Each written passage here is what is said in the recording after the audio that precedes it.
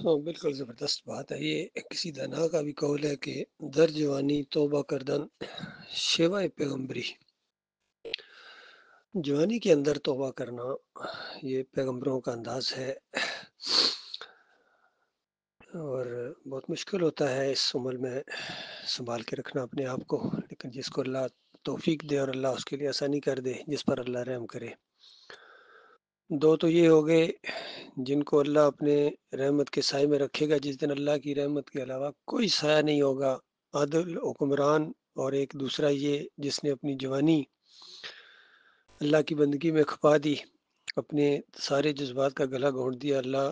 کے ڈر کی وجہ سے، اور اللہ کے سچے وعدوں کے اوپر اعتماد کرتے ہوئے آخرت کی جنت کی بہاروں کا ہمیشہ شوقین رہتا تھا،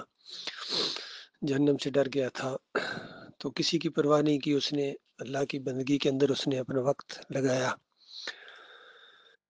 پھر بتایا وہ نوجوان یا وہ آدمی جس کا دل مسجد میں اٹکا رہتا ہے، یعنی مسجد میں جانے سے اس کو بہت زیادہ خوشی ہوتی ہے۔ اور یاد رکھیں یہ مومنوں کی بات ہو رہی ہے، یہ ان مسلک پرستوں یا فرقہ پرستوں کی بات نہیں ہو رہی ہے۔ ان کو کہا کس نے مسجدیں بنائیں؟ یہ تو سورہ توبہ کے اندر اللہ تعالیٰ نے بالکل واضح کر دیا کہ مشرکوں کا یہ کام نہیں ہے کہ مسجدیں بنائیں اور اللہ کے گھر کو آباد کریں، بلکہ یہ تو وہ کریں جو اللہ کے اوپر ایمان رکھتے ہیں اور اللہ کے علاوہ کسی سے نہیں ڈرتے ہیں، وہ اللہ کے گھروں کو آباد کریں، ان کی بات ہو رہی ہے۔ پھر صلات کے بارے میں کہا ان الصلاۃ کانت علی المؤمنین کتاب موقوتا، یہ جو صلات ہے یہ مومنوں کے اوپر ہے، یہ کسی مشرک کے اوپر نہیں ہے جو اللہ کے علاوہ کسی اور کو پکارے، یا ابراہیم اگسنی کے نعرے لگائے، یا لات بابا منات بابا کو پکارے، اور آج کے دور میں یا علی مدد، یا بری کر کھری، یا محی الدین چشتی پار لگا دے کشتی، مولا علی اے شیر خدا میری کشتی پار لگا دینا، یا گنج بخش نگر اڑے والی سرکار بابا صاحب زبان کو جو پکارے گا وہاں بھنڈارے دے گا، گیاریاں دے گا اور چادریں چڑھائے گا اور سر میلے کرے گا، ان کو کس نے کہا مسجدیں بناؤ؟ تو یہ معاملہ بالکل صاف ہونا چاہیے صلوات پڑھنے کے لیے۔ اور مسجد وہ ہوتی ہے جہاں خالص اللہ کی بندگی کی جائے، اور جہاں ایک طرف یا اللہ اور اس کے مقابلے میں یا رسول اللہ یا محمد لکھا ہوا تو وہ مسجد ہے، وہ تو عبادت گاہ ہے ان کی، جس طرح پارسیوں کی بھی ہوتی ہیں، یہودیوں کی بھی ہیں، عیسائیوں کی بھی ہیں، ہندوؤں اور سکھوں کی بھی ہیں، جہاں اللہ کے علاوہ ذرا سی بھی عبادت کسی اور کی ہوتی ہے، یاد رکھیے، کوئی واسطے وسیلے کا شرک ہو، بے حق فلاں بے حرمت فلاں کا شرک ہو، کوئی بھی شرک ہو اگر کسی مسجد کے اندر تو پھر وہ مسجد نہیں رہتی ہے، یاد رکھیے، اس کی وہ حرمت ہے ہی نہیں ہے، کیونکہ جس جگہ جو چیز ہوتی ہے وہ اسی کے ساتھ اس کو کہا جاتا ہے۔ جس طرح سلامتی کا گھر ہو تو دار السلام، اور جہاں اللہ کی عبادت ہو اس کو مسجد، اور جو اللہ کے علاوہ کسی اور کی عبادت ہو اس کو مندر کہو، درگاہ کہو، آستانہ کہو، جو کچھ نام دو اس کو، لیکن وہ مسجد نہیں ہے۔ تو ایسے مخلص مومن جن کا دل کرتا ہے ہر وقت بار بار اللہ کے سامنے رکوع کریں، سجدے کریں، دعائیں مانگیں، ایک ایک قدم ان کا درجہ بلند کرتا ہے،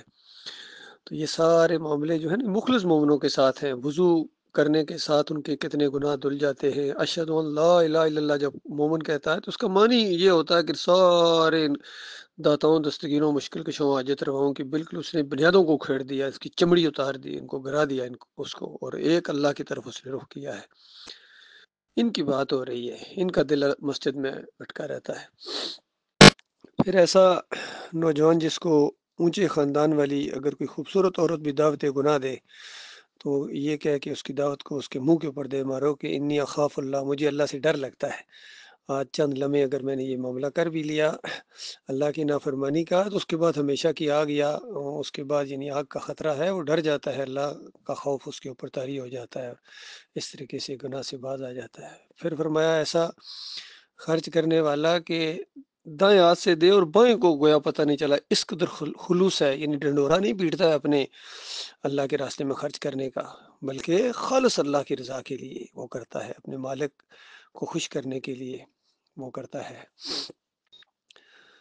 پھر دو وہ آدمی ہیں جو خالص اللہ کی رضا کے لیے آپس میں ملتے ہیں اور خالص اللہ کی رضا کے لیے جدا ہوتے ہیں، یعنی ان کا معاملہ خالص اللہ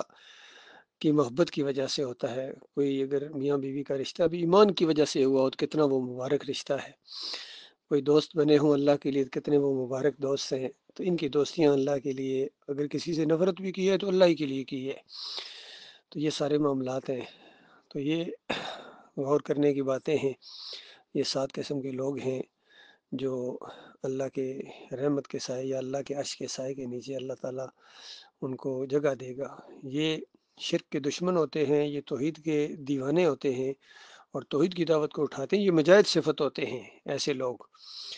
اور یہ شرک کرنے والوں کو اپنا امام نہیں مانتے بلکہ ان کا کفر کرتے ہیں، رد طاغوت کرتے ہیں. اور اس دور کے اندر یہ جو دعوت اٹھی ہے توحید کی دعوت، یہ بڑی زبردست دعوت ہے. ڈاکٹر مسعود الدین عثمانی رحمۃ اللہ علیہ کے ذریعے ان کے ساتھی